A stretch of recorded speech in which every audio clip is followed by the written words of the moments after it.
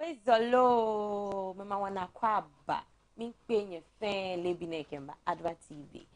This is who we are. It only shows that we are Ghanaian, and in the Heritage Month, we are also reiterating very hard. We are telling everybody that at least, if not for anything at all, in this month, we get to realize who we are, know who we really are, and act accordingly. Westernization and modernization, well, they are meant to happen because of the technological age. But that is not to scrape away our identity. That is not to hide who we are.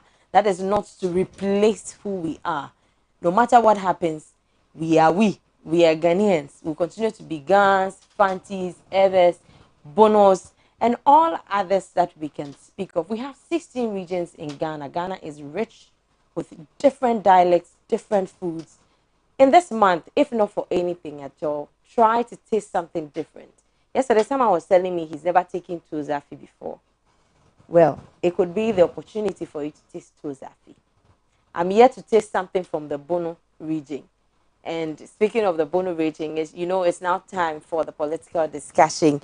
And on Wednesdays, we have the familiar faces that we see all the time. And speaking of the MP for Tyne constituency, a very good friend who's looking all Ghanaian, all African. I don't know if the particular cloth he is put on, well, will be only aligned to the Bono region. Honorable, you're welcome. Thank you. Morning. Good morning. You look good. Thank you. You look good too.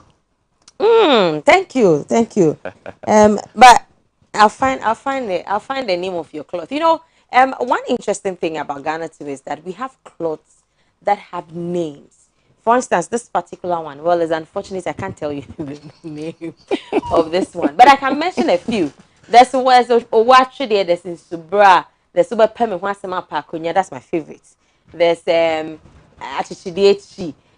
We have a lot. We have High Life. We have the Unsung and all other ones. So match has just started.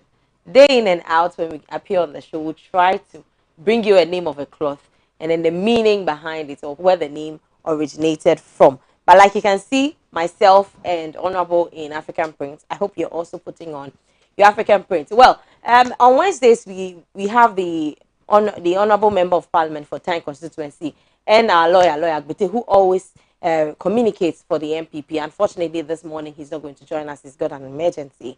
And so today it's a one-man vehicle we're going to ride on. And Honorable is here to do that. We are going to be talking about Ato Forcing and the two others who have been charged by the Attorney General, the NDC's petition, if I'll call it, to the Commonwealth. Well, the Attorney General has mentioned that it is only painting Ghana in a different way. There are some questions we want to ask. Is it that the NDC does not believe in the justice system of this country? That the current government is not to be trusted when it comes to justice? Well, we'll speak about that. And also, well, one interesting thing we got to know yesterday was that the fuel hikes has gotten to the 8. Yesterday when I was going, I tried checking around to see if I'll see anything at Shell and Total. I realized it was off. They are waiting for this morning to put them up. And I'm seeing about 8.2 something. Hey, in this Ghana, we are buying fuel for 8 Ghana cedis per liter. Well, my name is Anastasia, but we're streaming live on Facebook, Adwa TV Ghana, YouTube, Adwa TV GH. You can also send in your comments as well. We'll do well to read them. If you have questions, well, you should take the opportunity because Honorable is here with us. You can take the opportunity to ask these questions. Honorable, welcome again. Thank you, my sister. We'll talk about the Ato Forstons issue. That'll be the second thing. But let's start with the fuel prices we have now in the country. Just yesterday, we got the news. I don't know if you have seen it. Yes. That it's booking the 8. The 8 nah. Because just recently, we got it. Of course, it's 2022 that we got to 7 9 something, right? Yes. Moving from 5 something to 7 9 something. Yeah. And then this morning we are seeing 8.2 and coins. What does that mean? Yeah. Whenever you hear break the 8, there are a lot of things that are involved in breaking the 8. So the fuel prices have already broken the 8. And I'm sure the cedi, if you don't take some measures, the cedi too will break the 8 very soon. So by the time our friends in the MPP decide to break the 8 in 2024, Ghana will have already seen the 8, so there's no need to break the 8 Any again. 8 again. Any 8 again. It's enough. You know, my sister, fuel prices are as a result of 3 main ingredients. You look at the earthborn price. That is usually affected by what government call deregulation. The deregulation is because of the automatic adjustment. So that if the world price of crude increases, automatically it should lead to increases in fuel prices. You remember about some weeks ago, the transport associations had meetings with the government. They intended increasing their fuel, their transfer fare by 30%, and then government came in and they brought it to 15%. But it's more than 15%. It's more than 15% if you look at their calculations. Yeah, that's what they wanted 30. So for if you beat somebody, you don't want the person to talk. You put the person. There's something that we call catharsis. You stop the person from making noise. He will find a way of making the noise somewhere. So, as I said, there are 3 ingredients. One is the earthborn price that we talk about. 2 other things that the government actually controls, and the government can actually control, are taxes and the exchange rate of our currency. But you see where our currency is going. Because it's been the Ghana cedi is now the worst performing. It's the second worst performing currency in the African region. And you see, our cedi is not doing well. We have heaped taxes on petroleum products, and then the prices are also moving up as a result of geopolitical things that are going on. So the 3 things, government cannot control, because OPEC control the international prices, so government cannot control that. But government can control taxes that we put on. And according to Dr. Bawumia, government can control our cedi, because when the fundamentals are weak, the exchange rate will expose you. Now we are exposed. Now, as a result of our weaker currency, as a result of the plethora of taxes on petroleum products. Remember, in the 2021 budget, we passed the COVID health recovery levy. We passed the sanitation levy. ESLA was increased. VAT was increased. All these things are on petroleum products. So we have taxes on them already. So this breaking the 8 that petrol has the diesel prices and fuel prices have broken the 8 is a result as a result of 1, mismanagement of the economy, and 2, the prices in the international market. So I'm not surprised, and we are in for a long haul, because it doesn't look like this. You know, Russia is the 2nd major producer of oil. Yeah. The 3rd or something. And Russia now has problems with Ukraine. So oil prices are moving up. Yes, and it's been affecting it. And we don't seem to be in control of our currency, as Fitch and Moody has stated. We think we had that discussion a couple of weeks ago. Yeah. And taxes are they are not coming down as well. And that is where they are rushing on to the next of e-levy, where they are saying that is the only way we'll be able to mobilize some funds to be able to stabilize the economy. That is a lazy way, my sister, because your people are already suffering. Taxes are moving up. Price of fuel are moving up. And it affects everything in the economy. Certainly. And now you want to add more taxes because you went a way out. You want low-hanging fruits. You see, to quote the Minister for Communication, if governance is all about taxes, then her 18-year-old child can be the president of Ghana. If it is about low-hanging fruits, then it's far easier. It's the more reason why we don't need the e-levy. Now people are becoming careful. I know now in the chamber people will become careful when they want to link everything to e-levy. Because when you don't link and you don't link it well, people will link it for you. So, my sister, my problem is not even now. My problem is tomorrow. If you are not careful, we are likely to break the 9. You're not even the 8. We are likely to break the 9 or even the 10 before the year ends. If things go the way they are going, if you are not able to put a purse on our cedi, our currency, and then we keep adding taxes to fuel product, because you see, fuel has got an inelastic demand. No matter who you are, you travel. No matter who you are, you buy fuel. Even if you don't buy it, somebody will buy for you to pay. If you are using a public transport, somebody will buy the fuel, and then you will go and sit in as a passenger and you pay. I was listening to an interview by one of the driver unions who said they don't do my bet in their car, and they are not a lotto agents in the car. So if he's going to buy the fuel for 100 cedis, and now maybe he wants to buy 10 liters, he needs 10 liters to move from here to say Kaswa, and he needs 10 liters, and the 10 liters is 100 cedis.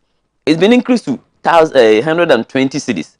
Now, because he doesn't do my bet in the car, because he doesn't have money in the car to be able to pay for it, he will automatically have to push it on the passengers. So the passenger will have to pay. I buy fuel into my car, then I have to buy more. So no matter who you are, that's why governments always like heaping the taxes on fuel products, because it's no matter what happens, we are going to buy. So the increment in the fuel price, let no one deceive anybody that it is only as a result of what is happening in the geopolitics of Russia and the other, or the international market. It is also as a result of, one, a weak currency, and two, the plethora of taxes that have been put on. But Honorable, you've stated clearly the two major things that are constituting to what we are seeing now, making things very hard for us and seeing hikes in fuel prices. Obviously, then we'll have to pick them one by one and see how we'll be able to manage the two, so that moving forward, like you're saying, we will not have to move from 8 to 9 quickly and then gradually to 10 before the year even ends, because that would be too scary.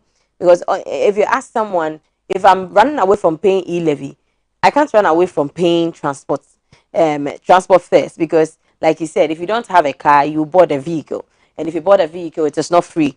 Well, some people find their way to, appeal to the mates and then even the driver sometimes, but it will not last. It's not something that lasts. So no matter what we do, we are still going to pay the transfer fares. But, well, with the other taxes that are being imposed on us, like the e-levy is still hanging in there, we are yet to see what happens of it. We want to know, picking the two that you've just mentioned, the two major things that are making this worse, how we'll be able to manage them, how we'll be able to handle them, how government will be able to tackle them, particularly so that we do not even see more hikes in fuel prices. Okay, I think there are a lot of things that government is not doing right. For instance, the currency issue.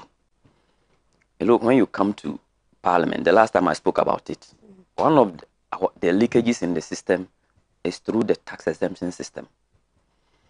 A foreign company comes to Ghana to set up. You offer tax incentives, tax exemption. They come, instead of paying the tax, we give it to them free.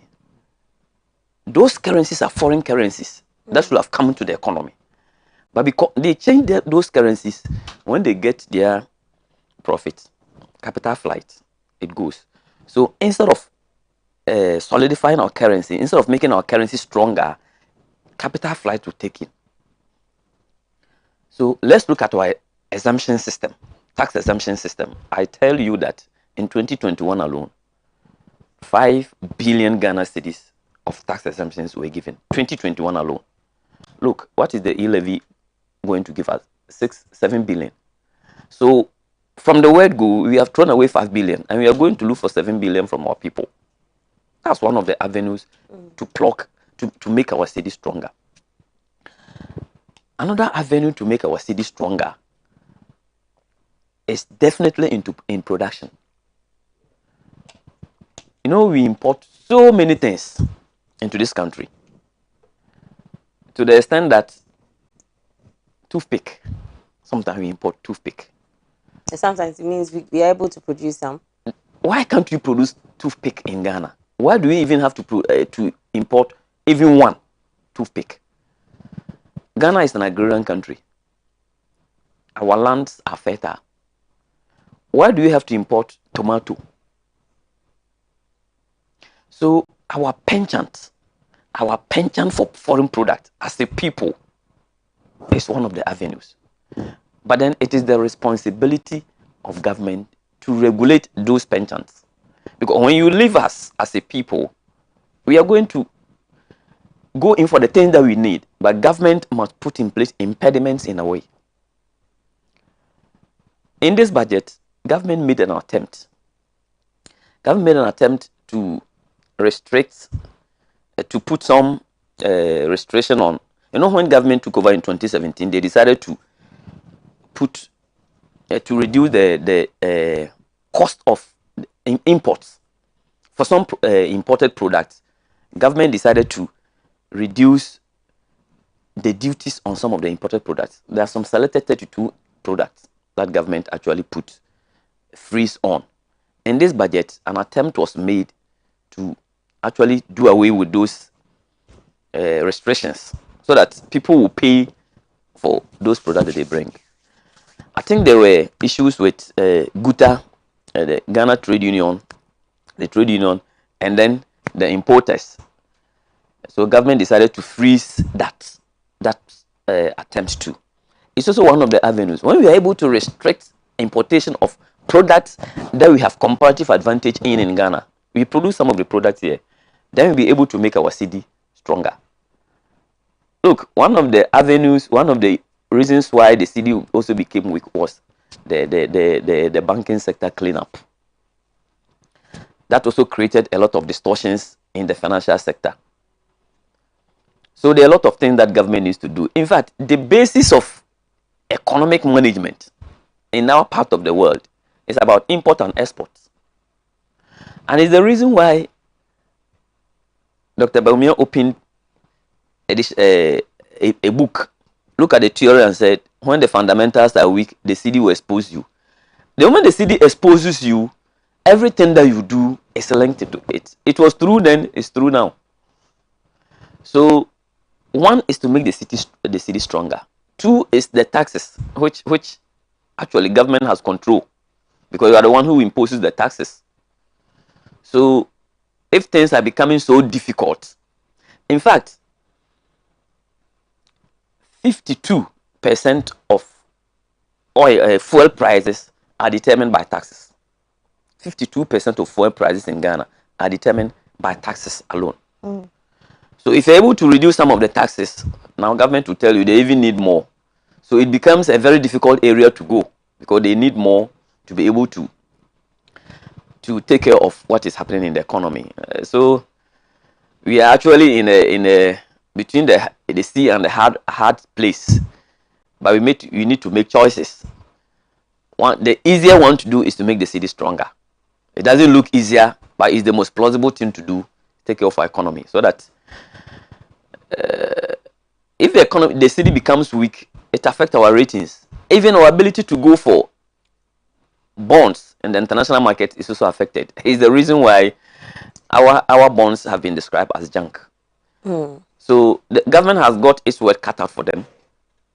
Make the city stronger, reduce the taxes, so that as long as we are having geopolitical issues, let's take care of these two, which are domestic in nature, so that we the one that we can control.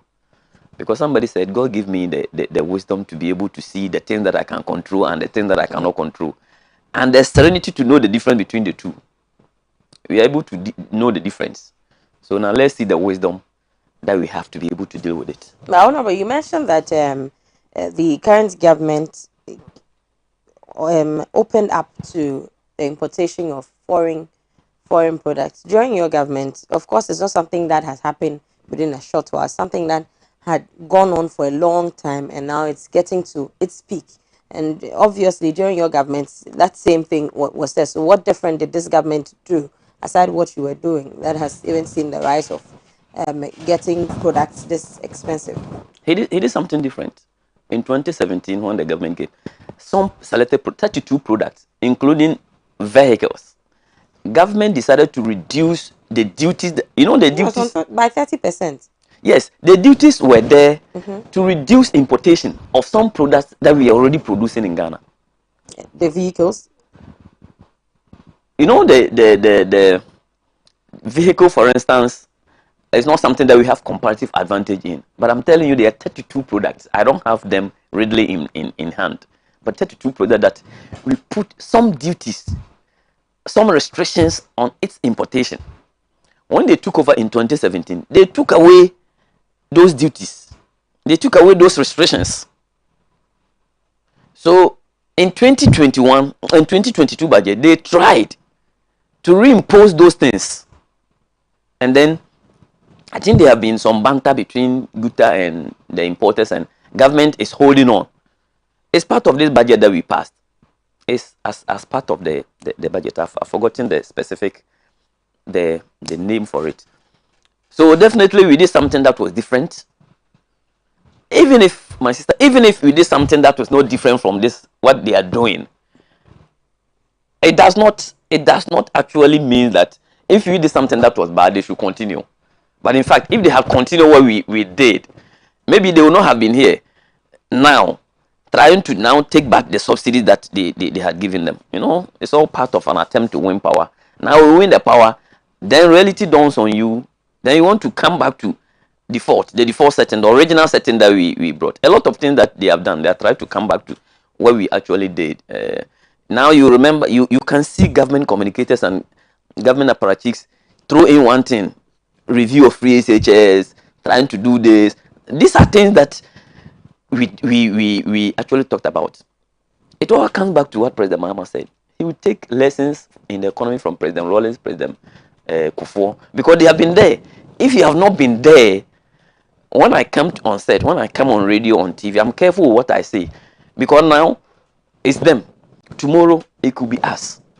Reality is very important in our political discourse. When we are able to tell the people the truth, no matter how difficult today it you are is. in opposition, Honorable. Today you are in opposition, and so you believe that what you are telling Ghanaians is the truth. One day when you get to power, will you be telling the truth? You know the truth. The truth when you were in power was to look at people, Ghanaians in the face, students in the face, and tell them that we are taking the allowances off, because it was creating rigidity problems for government. Which government, which president would tell Ghanaians the truth like this and pay for political power? Was that not due to misuse of funds, misuse of government money to do other things? That's why you were recalling or withdrawing these money, small monies that they were supposed to, the teachers and nurses were supposed to enjoy. If it was mismanagement. If it was mismanagement and misuse, and it provided us with the University of Ghana Medical Center, it provided us with district hospitals, it provided us with regional hospitals, it provided us with the almost 80-something A blocks, it provided us with roads, it provided us with chips compounds, then it's a better misuse. I'm telling you, it's a better misuse. Yes. If you are misusing, this is what we call misuse of resources. Look, when this government decided to restore training allowances, go to the training schools, the nursing training and the teacher training, and go and ask the students, what is the state of the allowances? They will tell you. You people are the journalists, you people are the presenters. Go there and ask. They will tell you the state of the allowances.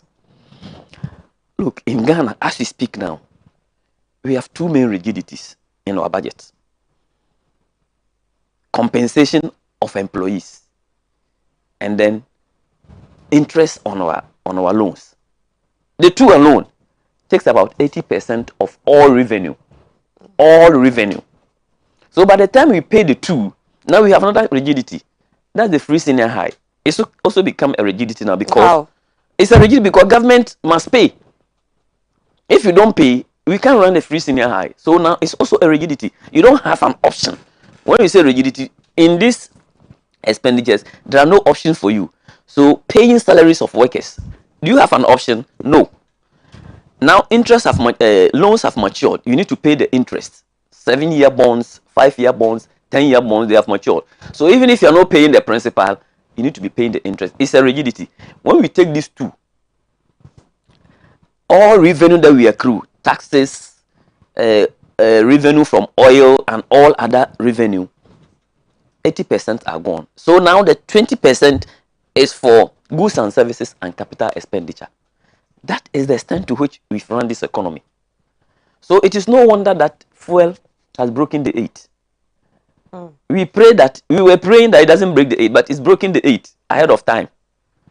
It's broken the 8 ahead of the 2024. Now the cedi is also galloping against the dollar. Yeah. It is now 7.2. We don't know what is in store for us. So please, the fundamentals are weak, And the cedi is exposing us.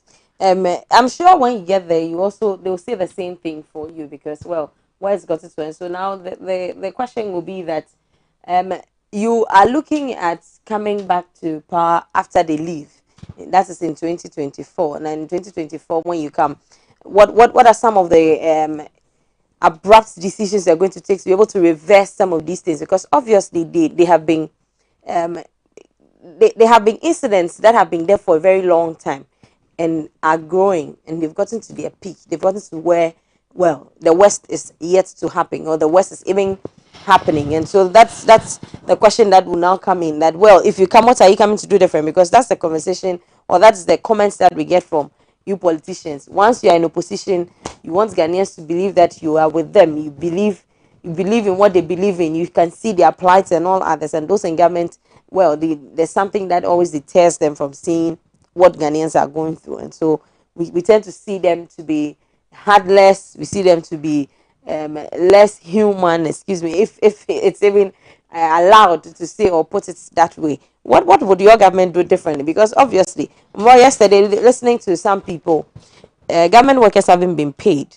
And this morning, I'm being told, or I heard, that, well, some have gotten the alerts but are unable to even withdraw the monies at all. And so these are some of the things that we are going through in the country as at now. What will you do differently? Because, well, you mentioned that John Dramani Mahama mentioned that he is learning from John Agyekum Kufuor's management of the economy, Rawlings's time. Those times were different, so we cannot always compare, because the numbers have grown, our demands have increased, cost of living and everything, standards of living have changed. So what will you do differently? Yeah. The usual lie. No, oh no, please. You know, President Mahama said he would take lessons on the economy from people who have managed the economy before, because it is different from saying it and the reality on the ground. So when I was coming, I was listening to another station that then candidate, President Akufo-Addo, then candidate, was telling them that, are you able to buy fuel? What is the state of the economy? We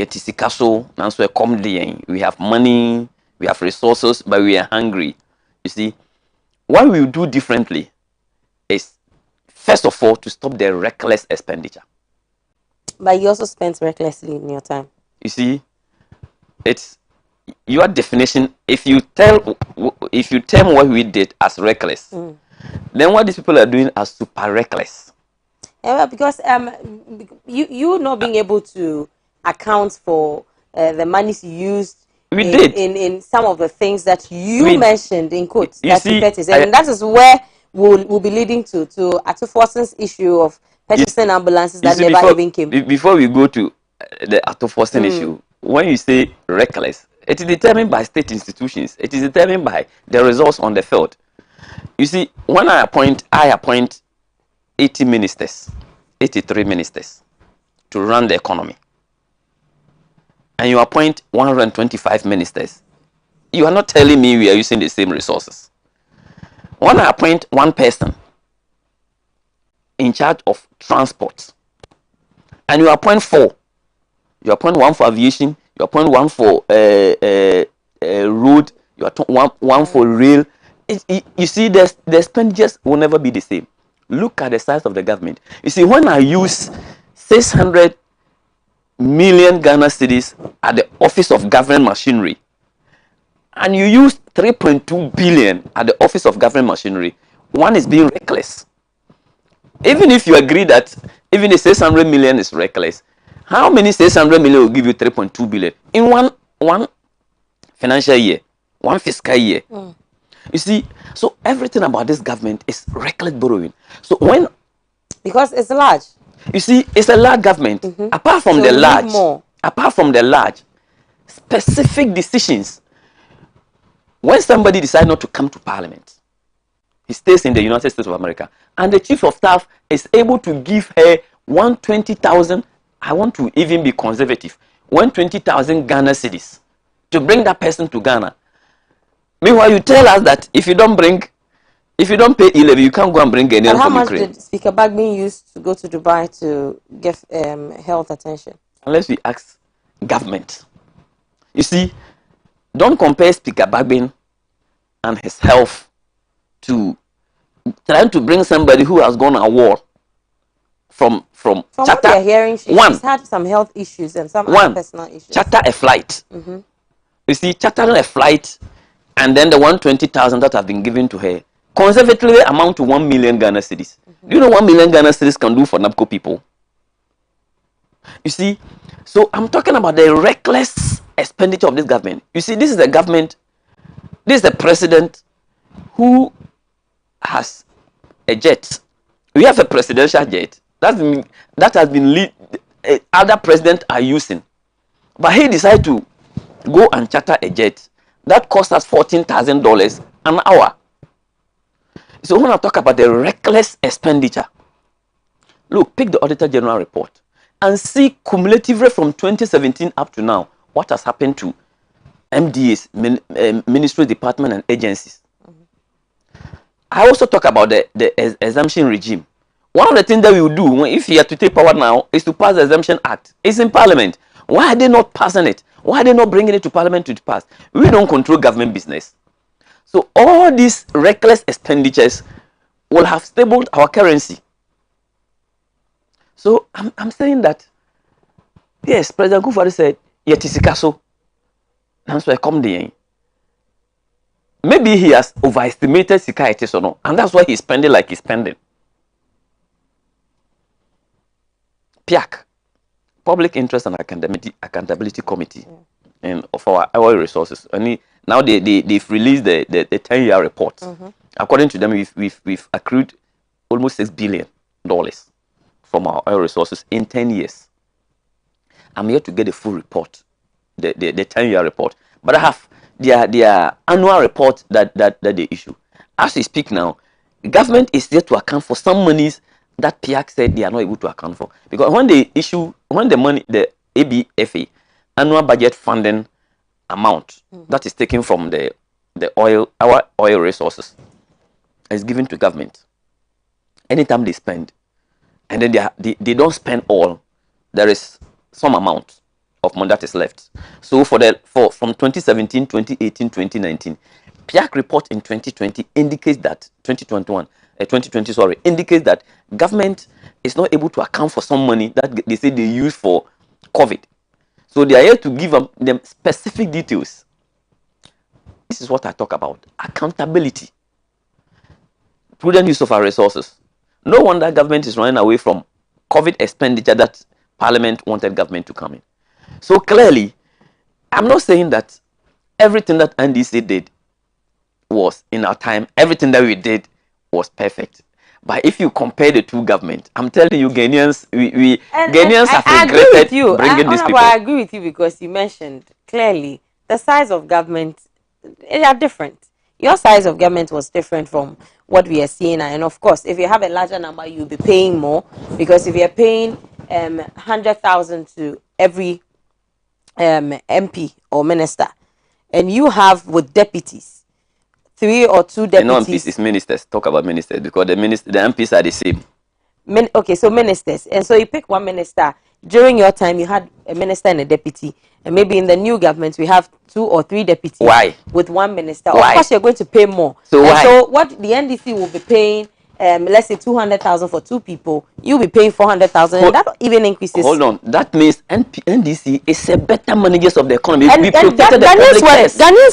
were fed up because they also thought that, well, you were not also doing well. They didn't know that will come and do this. If Ghanaians knew in 2016 that when President Kufuor will come, he will be chartering aircraft. When President Kufuor will send 20,000 for Adjustafo to come, if they knew that when President Kufuor will come, he will have this elephant size of government, Ghanaians will not have changed President Mahama. I want to make you dwell on other expenditure on Speaker Bagbin and others in Parliament, because Adjustafo, who is aligned with the MPP, will not only be the one who government has spent on moving them from the states or wherever they are to come into the country for business. That's for a profligate expenditure. For Parliament's business. And I also mentioned that, well, the same amount of money, or even if not more, less, was also seen being used by Speaker Bagbin to go in and out of Dubai for health reasons. And it is not to make things equal that, well, the NPP is doing, so the NDC is also going to do. But at the end of the day, it is Ghana's money. It is not as if NDC's money is different. So that's the money Speaker Bagbin will be using to take care of himself. And Adwoa Safo's own is only coming from government, from Ghana's taxes, Ghanaians' taxes and monies that we have paid to government. That is what I'm talking about. We want to make it fair. And if we are asking for accounts, we should account for all other ones, all other expenditures that we have done, not just single out Adwoa Safo, who actually becomes the big thing now on the lists of parliamentarians and MPP and NDC people. Please, I didn't want to go into this, but you are making me go there. I'm surprised you are comparing Honorable Adwoa Safo. Because I don't know today, it's still money. I'm coming. I'm surprised you are comparing Honorable Adwoa Safo to the right Honorable Speaker. Because they are two incomparable situations. What you need to compare is to compare the health facilities that are offered to the president, the vice president. Because we know they all go in and out of that the of country. The speaker. And that's the reason. You see, it's a creation of the Constitution. Go to Article 71. It tells you the facilities and privileges of some category of people that are listed there. And that is justifiable. That it's okay to use for Speaker Bagbin, president and vice president. And it's not okay to use on Adwoa Safo, member of parliament. No, me, for instance, myself here, sitting here as a member of parliament, I have some privileges that you don't have. Of course. That privilege doesn't include ferrying me from Accra, from USA to Ghana, at the expense of the taxpayer. We must pay that money back. I have specific privileges. I have Speaker Bagbin and all other Article 71 office holders, including the president, including the vice president, including the Speaker of Parliament, including Justice of the Supreme Court, including ministers of state, including members of Parliament. All the Article 71 holders have specific conditions of service and privileges. Those privileges doesn't include hiring aircraft to bring a member of Parliament. That is why it is a reckless expenditure. When the Speaker of Parliament is not well, and you take him for medical attention, wherever you take him for medical attention, it's a privilege that is stated by the Constitution. And in times of difficulty in a country, do we still have to refer to the privileges stated in the Constitution, where we know that, well, there's no money, but we need money to be able to tackle our health system in the country, to be able to tackle the education system, because UTAG members are calling for some monies. They are calling for allowances from the government, and well, that is why we have seen them not go to class for some weeks now, more than a month. And we are still referring to privileges stated in the Constitution. Yes, when we do not have the funds. You see, then we as well should stop paying the president. We as well should stop paying the vice president and the speaker and all Article 71. Well, some people even think that this should be. Then we must go back to Article 71 and look at the Article 71. You see, if you are to lose, sorry to say, if you are to lose one member of Parliament, maybe on health grounds, an elected position, the kind of resources that we need to sink in to get that person replaced demands that when that member of Parliament or when that Article 71 office holder is not fine, the state must take care of that person. Because whether we like it or not, it's a creation of Constitution and we need to replace that person. If you are to lose any of them, any of the Article of 71 office holders, especially the elected ones, then there are a lot of things that we need to do. So the Constitution has stated that. Now, is that a question that our health system is weak? That we don't even trust the doctors and nurses that we have here? That is another conversation for another day altogether. We are talking about this now, and so if you're mentioning that, we'll have to add that, because it means that you don't even trust your health system you have here. Because if you're flying the person out to get medical attention, you're talking about, of course, they'll feed. Flying who? Whoever is being flown out. Yes. Okay. then me, I've not been flown out. Yes, but Speaker Bagbin was flown out. Yes, the president has been flown out. Exactly. The vice president have been, even members of even the leadership of Parliament, those in charge of leadership of Parliament, they have all been flown out. That's a conversation that we need to have. You see, that is different from the reckless expenditure I talk about. I don't see the health of for instance, the president. Why not seek medical attention here then? Yes, I'm telling you, the Speaker of Parliament, for instance, did not just wake up and say, I'm going out. It was beyond Ghanaian doctors. He has sought medical attention in Ghana for all those years. All those years that he was minority leader, majority leader, back to minority leader, he has sought, even as the Speaker of Parliament, he has sought medical attention in Ghana for several times. If you need a procedure that needs a specialized attention and needs to be sent out, that, for me, is not too much to ask for a number 3 or a number 2. So number 2? Yes. So I don't know. What's number 2? Number 2. I mean, when it comes to the rankings. Why number 2? Number 2. Because who is number 1? President Akufo-Addo. Who is number 2? There's a vice president. Who said the vice president is number 2? Who voted for the vice president? Okay, so it's an automatic win for you. He's number 2. So why did you bring in the 3? The 3. In fact, initially we thought he was number 3. But now we've realized he's number 2. We're not even sure of your position. Well, so what I'm saying is that the two are completely different. Look, what will happen to our president if you go for a presidential jet? That is what I'm talking about. What will have happened if somebody does something? All of us are supposed to come to Parliament. If they voted for us on our own volition. I'm coming. Everybody, other people are also coming. One person is not coming. Instead of punishing the person as the constitution states, now we are rewarding the person. So those are the things that we talk about, the reckless expenditure. Look at PDS. Look at Ameri. Look at all the other scandals that this government got embroiled in. We lost a lot of resources that could have been saved. And in most of these international financial transactions, it is dollar. It is hard currency. Why won't our cedi be weak? So for me, we've gotten to a situation where if we cut our reckless expenditure, we'll be able to manage this economy. Like President Mahama has suggested. Look, when we were in trouble in 2014, what did we do? We called for a broader consultation.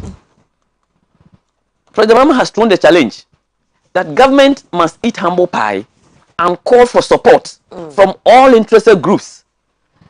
TUC, NAT, UTAG, all political parties, think tanks, financial institutions, let all congregate around the same thing. I'm happy now they've started some consultations. They are doing consultations, meeting leadership in Parliament. Yesterday, the Council of State had a meeting with the Speaker of Parliament. You see, all of us must come around the Ghana agenda because now we are not in normal times. Those are the things that we are talking about, so that we will see you face to face and tell you to cut away the reckless expenditure. Speaking about reckless expenditure, well, at Kasela Tufor, Dr. Kasela Tufor, some others, former director of the Ministry of Health, and then also a businessman, well, have been charged on recklessness or the use of some amounts of money and causing financial loss to the state. And well, we'll be coming to that. That's our next thing we'll be talking about. Since Honorable is speaking about recklessness, spending recklessly. Well, the Attorney General does not believe so. Well, the NDC, with regards to the case, and we've been following this through since January, and we are in March already. We are seeing how far that is going. But yesterday, information getting to us indicated that the Attorney General rubbishes the NDC's witch hunt claim. So we have that. But I quickly want to go to page 6 of the Daily Guide newspaper to at least give you a fair idea of what it is, and then we can go and listen to the Attorney General, and then we'll come back to it. It says that the Attorney General, Godfred Yeboah-Dame, has described the opposition National Democratic Congress's petition to the Commonwealth Secretariat as a hypocritical and misleading act which undermines the sovereignty of Ghana. He said the petition, which made allegations of supposed witch hunting against its officials and supporters, is nothing but a ruse to prevent NDC officials who are alleged to have committed offenses against the state from facing justice. He said the NDC's move is also an attempt to undermine the efficient and effective administration of justice in the country? Well, the question we are asking is that do we have that in this country, or justice only meted to the opposition? Well, we will say, and so let's go and listen to the Attorney General, Godfred Yeboah-Dame, and see what he said there. And then when we come back, we can talk about it extensively. My reaction is that I find it as a very hypocritical and misleading statement. Very hypocritical and misleading, because clearly, for me, it's an attempt to run away from justice. All the government has sought to do is to ensure that the NDC and the acts of its officers are brought to book. And indeed, I will not be deterred at all in my quest to ensure that there's accountability to the people of Ghana. The cases that we have investigated and the actions that we have filed in court are all on account of solid evidence that we have unearthed through painstaking investigations. We do not just come to court on the spur of the moment or without any basis at all. It is as a result of thorough and painstaking investigations conducted by the government. Some of the cases, investigations have actually gone on for about 5 or 6 years. And indeed, we are seeing the results of the actions. And therefore, I find it very hypocritical and misleading for the NDC or General Secretary to make such an allegation. And I'm not surprised. This is actually not the first time that the NDC or a person associated with the NDC has sought to find refuge in the international forum, especially when the person is being brought to book or accountability is being sought for the actions of that person.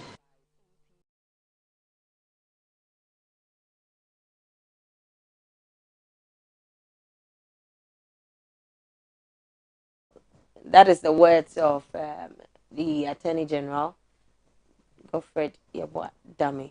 And I saw something on social media with him explaining that this government is bent on bringing all NDC members and supporters who are involved in illegal acts to book. And the emphasis was on NDC members who are involved in illegal. And he also mentioned that, well, this case actually has evidence, and they'll make sure justice prevails. And they can see the NDC is running away from justice, but it will not work. Like Godfred Yeboah-Dame says, no matter who or where the NDC runs to make sure justice is served. Honorable, justice will be served to your members because they have evidence against your members. And with the monies that we are talking about, now that the country needs money, they'll bring your people to justice. They'll bring them to book. Maybe we'll be able to get the monies back to help us fix the economy.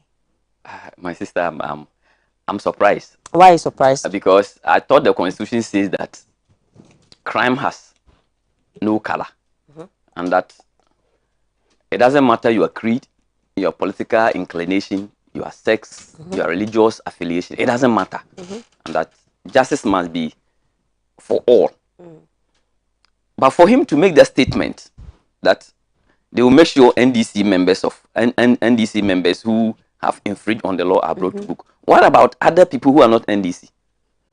So is he telling us that in the last 7, 8, 9 years, it is only members of 10 years, members of NDC who have committed alleged crimes? No. Alleged? Yes, because you see, I am not a lawyer. Today I saw him use the word alleged. I also heard him use the word alleged. That is what I'm expecting an Attorney General to speak. An Attorney General doesn't go to the UK and go and meet people, Ghanaians in the UK, and tell them that the trial of Dr. Opuni is an epitome of bad governance and corruption in the NDC era. When the case was still in court, this case is still in court. Those are prejudicial comments, because now you are telling us that the man is guilty even before the trial. Those are the things that we are talking about. My sister, what specific issue did we raise in the petition to the Commonwealth?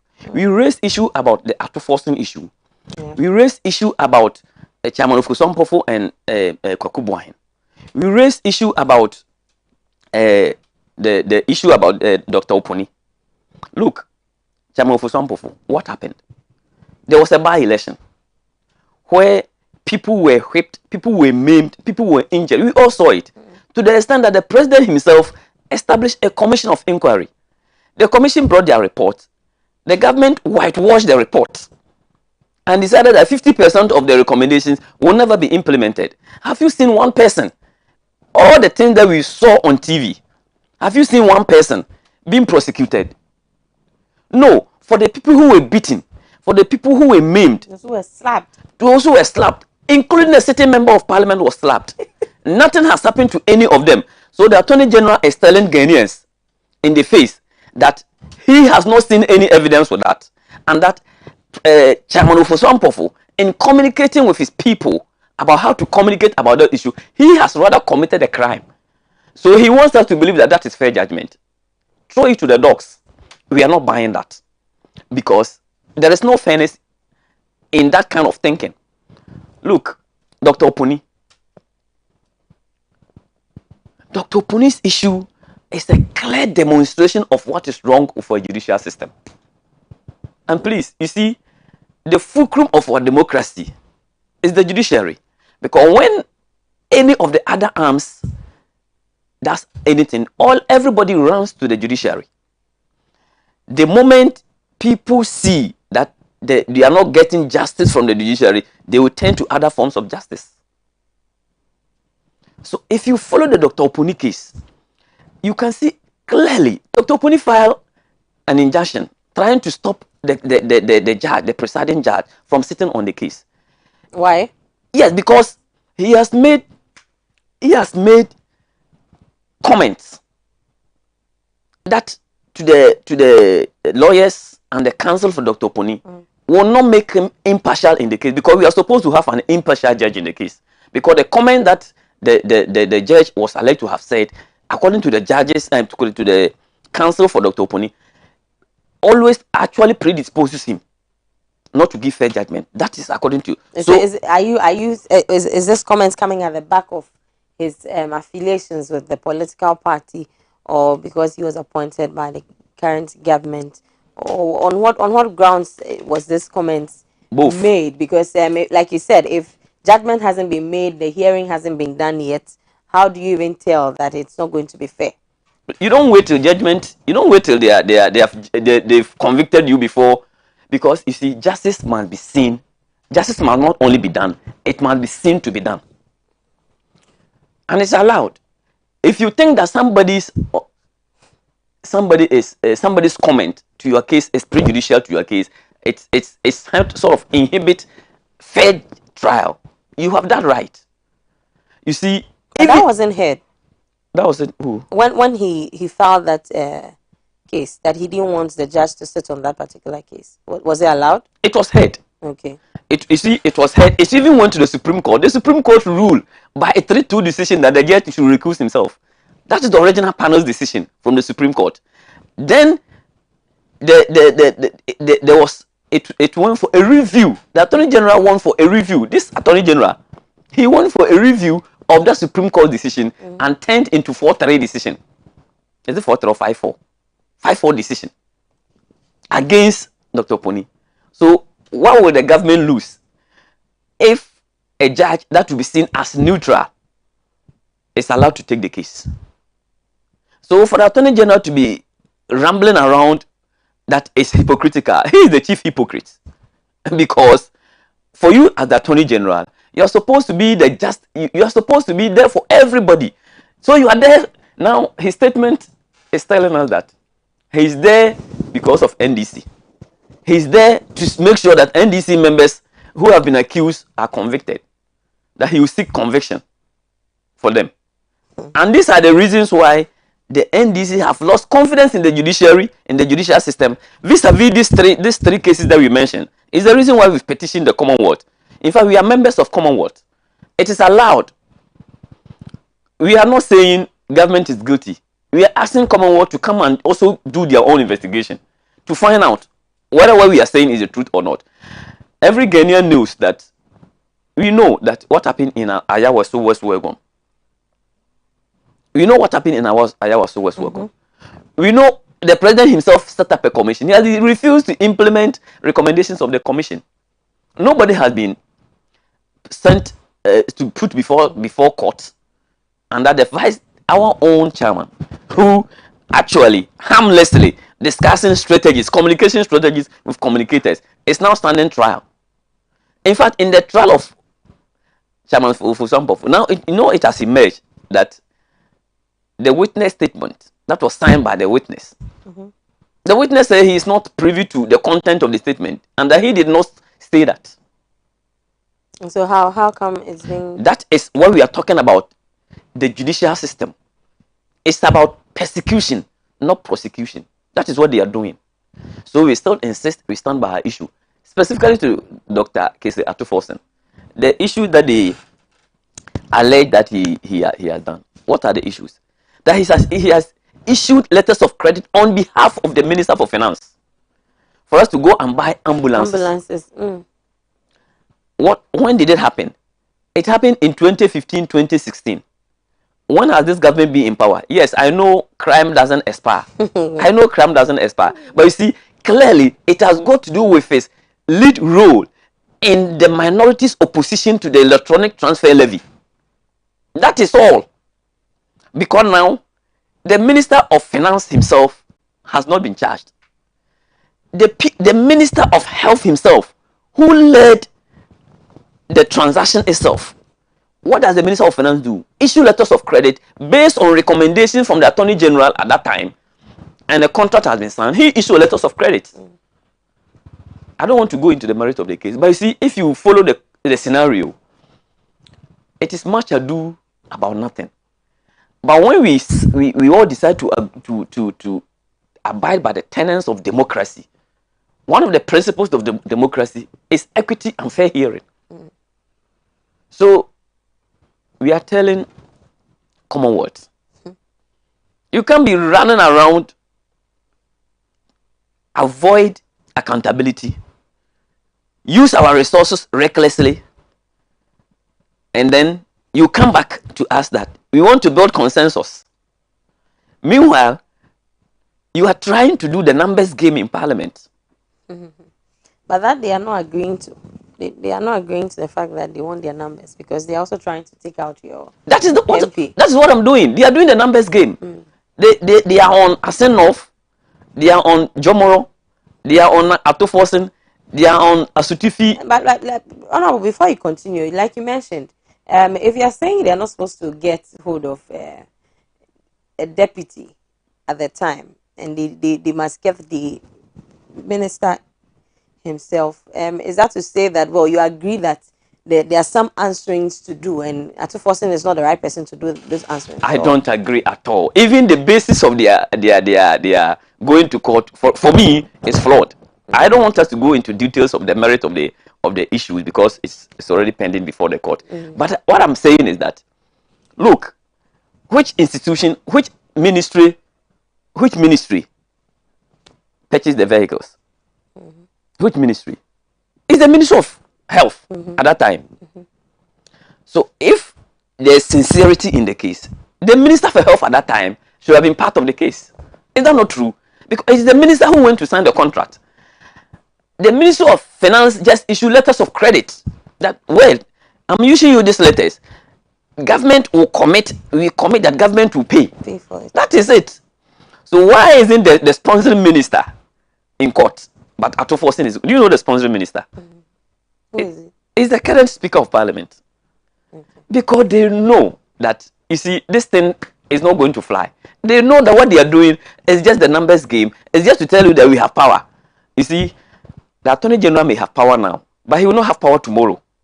You are repeating the words of Honorable Francis Xavier Soso. Yes, he have power now, but he may not have power tomorrow. So if you think we have power, and use, according to him, you use the power to convict NDC members, because that's the reason why he's Attorney General. He has just said it. To convict NDC members. Remember that tomorrow you will not have power. Is that tit for tat game? It's not tit for tat. He's exposing the members of his party, because now, so the minister has said he has not heard anything about PDS. He has not heard anything about. Nobody has brought it up. Have you brought it up? Nobody has brought it up. Who has not brought it up? Isn't interested. Who hasn't brought it up? I mean, someone had to bring that up. They Atuforsen's case up, and they've picked it up, and they. So who brought that Atuforsen's case up? But of course, it will not. It's not vague, is it? It didn't just happen that well. So who brought it up? Someone did. Someone should. Who is that someone? Of course, the person is there. Maybe you will also help us to understand who brought it up. But you, so far as you are mentioning PDS, you can also bring it up. try and then file that case and then see how it goes. If the So if who nothing is does done about prosecution? it, Criminal prosecution, who does it in Ghana? It's the government. yes. We cannot go and do criminal prosecution. So that is what the government is So doing. that's why I'm telling them that. Remember, the governance is like a puzzle. It's like a jigsaw. It keeps turning.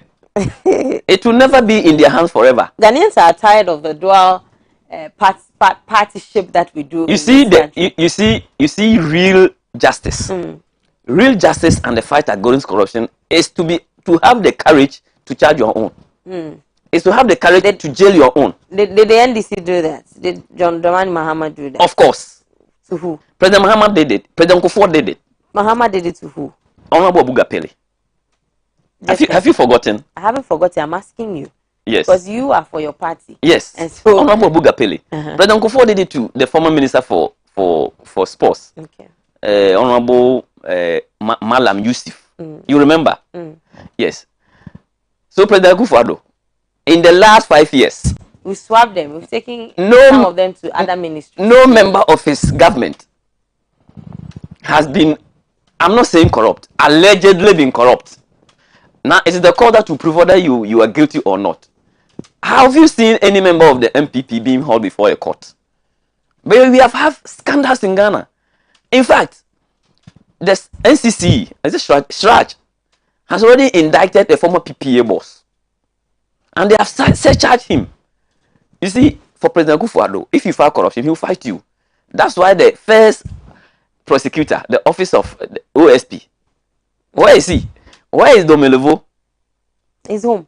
He's home. Why is he home? He's home. He's been He's hounded out. No, he's out for pension, so he's gone on pension. My sister, we are like, it's like a kangaroo republic. He's gone That is on what we are pension. doing. They're all gone on pension. We are gone on pension. Yes, pension. So I thought the special prosecutor too went on pension. Oh, maybe When Honorable Mama Yarega sent the case to court, pension. to the Supreme Court, that he was 66, that he was not fit to occupy the position. What did the government say? Nothing. Now 66-year-old was not fit. Now you say, oh, he's gone for pension. He's gone. Domelevo is 61. According to them, he was 61. He also claimed he was 60. But it's 60 for government workers. It's 60 in this country. He was not 60 at that time that they actually handed him out. But I could Now they told him his age. He said, this is my age. They were telling him his age. Why? Because he was touching where he was not supposed to touch. And the same happened to OSP. Oh yes, the OSP. The issue of was the Japa.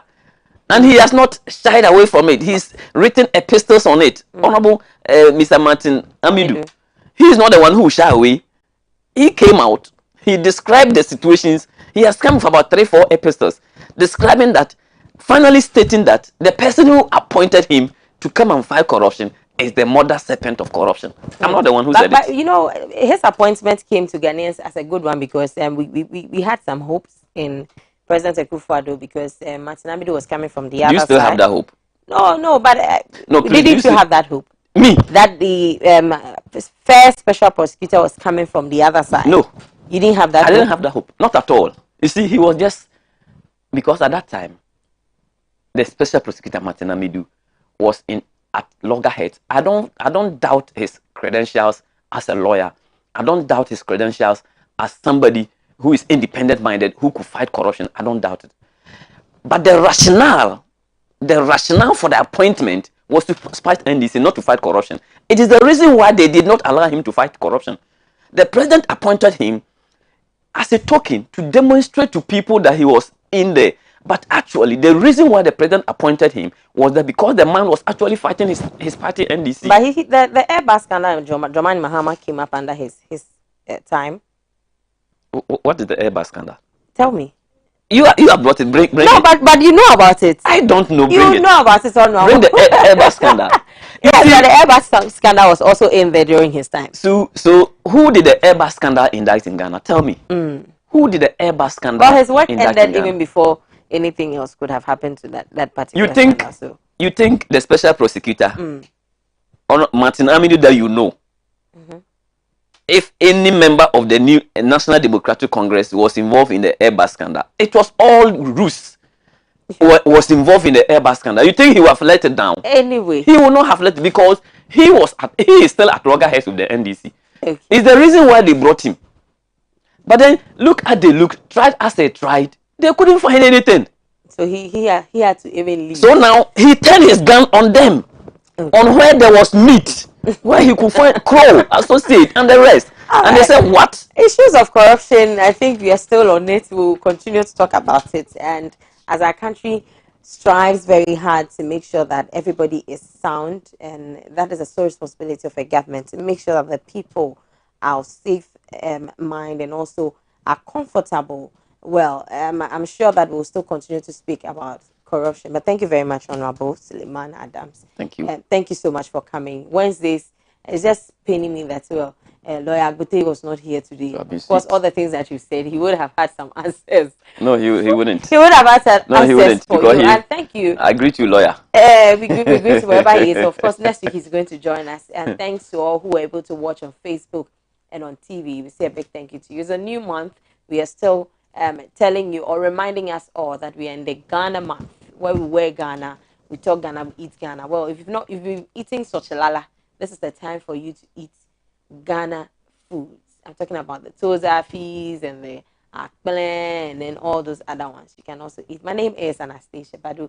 We've been speaking on fuel price hikes and also the issue of forcing and the Attorney General. Some other issues will be coming up lately, and tomorrow, God willing, when we meet on the show, we'll talk about it. But for now, do have a blessed day.